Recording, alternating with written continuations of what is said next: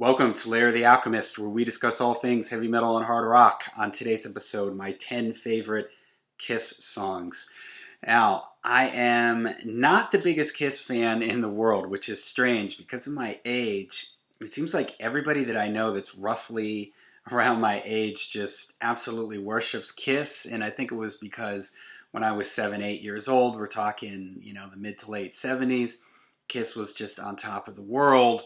I always tell the story about my uncle who was only 10 years older than me. He had tons of Kiss records.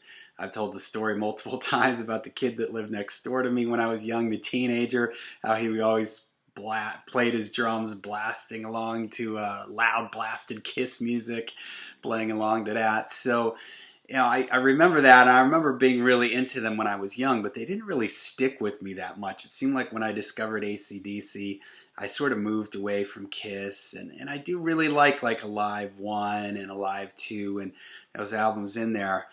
And I do have some songs by them that I really like. So here are my 10 favorite Kiss songs. I may make another video on why I'm not a huge fan of Kiss, shall we say. But that's a topic for another video. For now, these are my 10 favorite Kiss songs, and I'm going to go in order from the oldest songs to the newest songs. I've got two from the first album. I've got Cold Gin, Ace Frehley written song, although he doesn't sing it. Gene sings it. I always thought the riff was really cool. Loved the lyrics. I always liked the part in the song, the dun da da da da dun da da da da. I always thought that was pretty cool, and the way the riff sort of moves up and everything. So cool song. The other one I really like from this album is Black Diamond. I like the earlier Kiss stuff that has a little bit of a metal, darker feel to it, and Black Diamond kind of has that. It's almost epic with the picked a clean guitar in the beginning. When the whole thing kicks in, it's really big and bombastic. I always thought it was cool that all the guys in the band sang. When I think of Black Diamond, I think there's that video of them.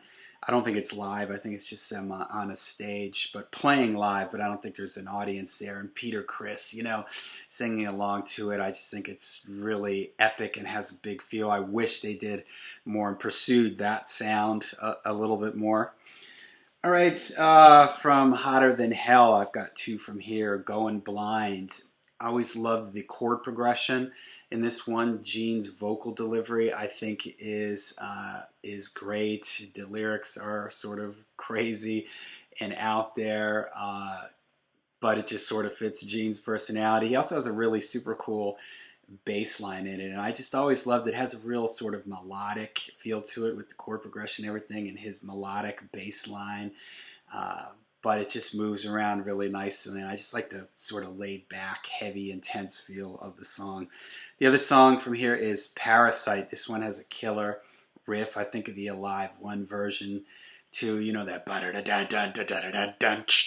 I just always thought that was a very metal riff. I like the chorus in it. It sort of changes gears a little bit in the chorus, which I think is really cool. All right, those are four so far. Here we got from Destroyer. Went with King of the Nighttime World. Love the way Detroit Rock City ends with the car crash, and there's those feedback notes, and King of the Nighttime World kicks in.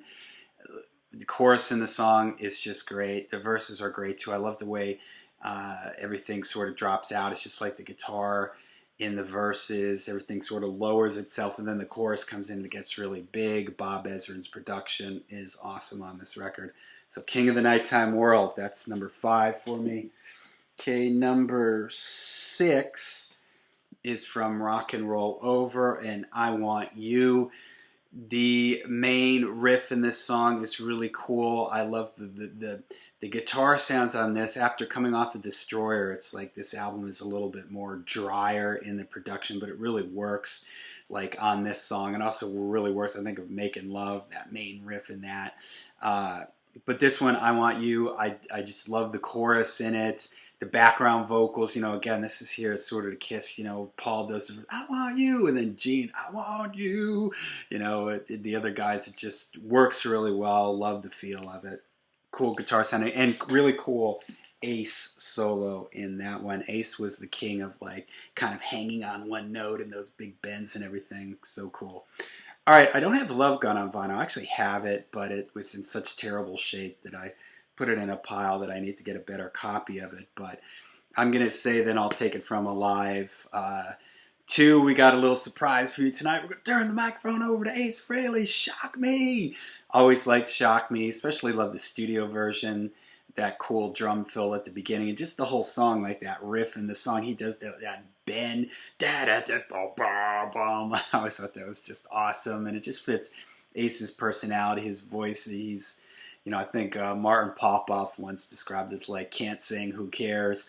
And that's kind of the Ace thing. He's just sort of this happy-go-lucky guy, and his voice works on that one. Really cool guitar solo in it. I like the drums, and I'm not a big Peter Criss fan. I'm not a fan of his drumming in general, but on this one, it works pretty well, and he's got a pretty good feel on that.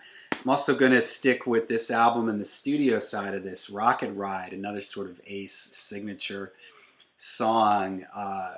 The main riff is killer. The guitar playing it is really great. I love the play on words there. Baby wants it fast, and all that kind of stuff. The chorus is just fantastic, and it's a really cool song. The best song, in my opinion, on the on the studio side of this.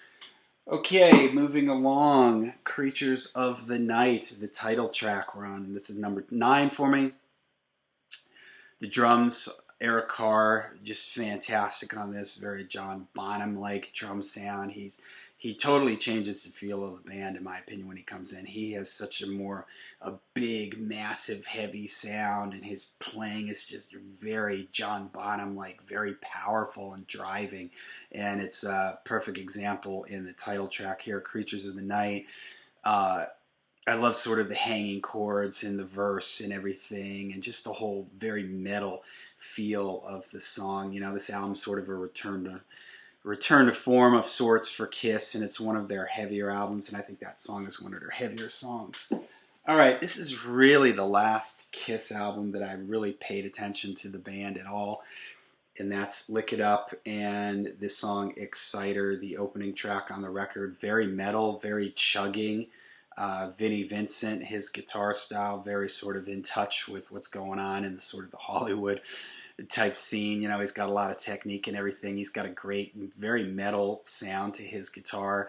Of course, even though he's not pictured on Creatures of the Night, he's on Creatures of the Night.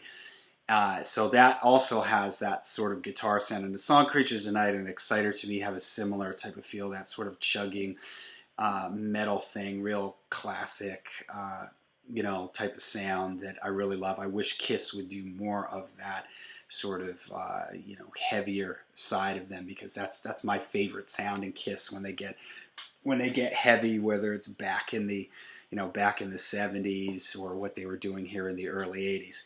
Okay, there you go. Kiss, my 10 favorite Kiss songs. Like I said, I don't go super deep with Kiss. So has anybody out there got favorite Kiss songs from the later era stuff? Let me know in the comments down below. Let me know what your favorites are from any era of the band. And until we see you again, make sure you rock hard, ride free.